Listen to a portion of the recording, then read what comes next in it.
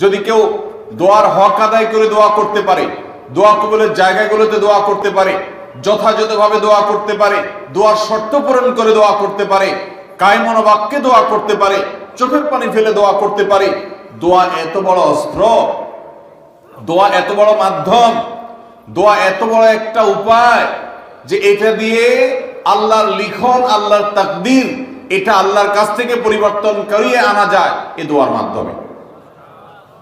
অথচ এই দোয়াও আমরা বেশি মানুষ করতে পারি না।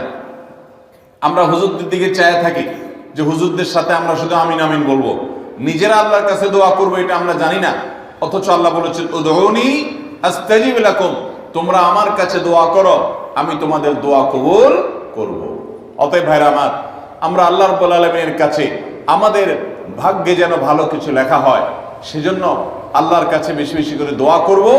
এবং আমাদের তাকদীরে যদি কোনো ক্ষতিকর কিছু থাকে তো সেটা যেন আমাদের ক্ষতি না করে আল্লাহ রাব্বুল আলামিন যেন আমাদের প্রতি রহম করেন, এই মর্মে আমরা যদি দোয়া করি তো দোয়ার মাধ্যমে আল্লাহ তাআলা তাকদীরও পরিবর্তন করে।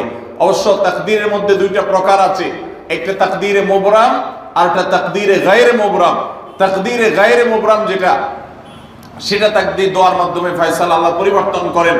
মুবরাম যেটা পরিবর্তন করেন না, অর্থাৎ যেটা চূড়ান্ত করেছেন আল্লাহ তাআলা আগে থেকে, সেটা পরিবর্তন করেন না। তবে বান্দার হায়াতের ক্ষেত্রে কোন কোন হাদিস থেকে জানা যায় আল্লাহ রাব্বুল আলামিন কোন নেক আমলের ফলে দোয়ার মাধ্যমে আল্লাহ রাব্বুল আলামিন অনেক সময় সেটাতে পরিবর্তন করেন এবং সেটাতে বারাকা দান করেন।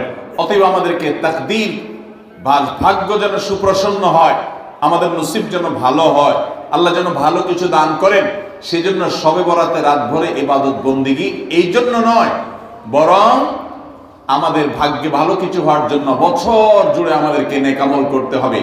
এক রাত ইবাদত বন্দেগি করলেন, সারা বছর কোন নফল নামাজ, ফরজ নামাজ, অন্যান্য ফরজ কাজ করলেন না, আর আপনি আশা করলেন যে আল্লাহ আপনার জন্য ভাগ্যে ভালো কিছু লিখে দিবে, এটা সঠিক নয়। আর ভাগ্যের নির্ধারণটা মূলত লাইলাতুল কদর, এটি বোঝা যায় সূরা দুখান থেকে, অন্যান্য সূরা থেকে। অতএব আমাদের সবাইকে আমাদের ভাগ্যে ভালো কিছু লেখার জন্য বেশি বেশি আমাদের 5 ওয়াক্ত ফরজ নামাজ সহ আল্লাহর সমস্ত ফরজ বিধানগুলো মেনে চলতে হবে, হারাম এবং গুনাহের কাজগুলো থেকে বেঁচে চলতে হবে, এবং সেই সাথে আমাদের সবাইকে বেশি বেশি করে, বিশেষ করে নেককারদের কাতারে শামিল হতে হবে। আমি যত বেশি নেককার হতে পারবো, ওই যে নামাজে আত্মেহাতের মধ্যে নেককারদের দোয়া পাবো, আমার প্রতি শান্তি আল্লাহর এমনি বর্ষিত হবে। এবং দ্বিতীয় আমল হলো বেশি বেশি করে আত্মীয় স্বজন, রক্ত সম্পর্কীয় যারা, তাদের সাথে বিশেষভাবে সুসম্পর্ক বজায় রাখতে হবে। সম্পর্ক নষ্ট করা যাবে না, সম্পর্ক ছিন্ন করা যাবে না। এবং তৃতীয় আমল হলো বেশি বেশি দোয়া করতে হবে। এই তিনও আমল যখন আমরা একযোগে চালাবো, একদিক থেকে সাধারণ সব নেক আমল করব, বিশেষভাবে আমি আত্মীয় স্বজনের সাথে সম্পর্ক বজায় রাখার চেষ্টা করব, এবং আল্লাহর কাছে দোয়ার আমলটা বেশি বেশি করব, বরকত নাজিল হওয়ার মতো কাজগুলো বেশি বেশি করব, ইনশাআল্লাহ আল্লাহ রাব্বুল আলামিন আমার নসিবে ভালো কিছু দিবেন এবং মন্দ কিছু থেকে আমাকে বাঁচাবেন। নবী করিম সাল্লাল্লাহু আলাইহি সাল্লাম আল্লাহর কাছে দোয়া শিক্ষা দিয়েছেন, আল্লাহুম্মা ইন্নী আউযু বিকা মিন দারকিল বালা, আল্লাহুম্মা ইন্নী আউযু বিকা মিন সুইল কাদা।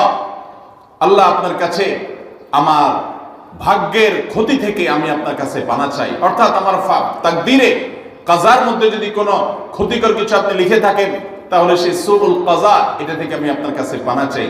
অতএব এই মর্মে আল্লাহর কাছে যত বেশি আমরা দোয়া করব, আল্লাহ রাব্বুল আলামিন আমাদেরকে তত বেশি হিফাজত করবেন। আল্লাহ তাআলা আমাদের নসিবে দুনিয়া এবং আখিরাতে, ইহকালে এবং পরকালে ভালো কিছু লেখেন, আমাদের নসিবে যেন ভালো কিছু হয় সেই তৌফিক আল্লাহ তাআলা আমাদেরকে দান করেন। আমরা সবাই আমলগুলো করবো তো ইনশাআল্লাহ। আল্লাহ আমাকে আপনাকে আমাদের সবাইকে আমলের তৌফিক দান করুন। জাযাকুমুল্লাহু খায়রা ওয়া আখিরু দাওয়ানা আনিল হামদুলিল্লাহ।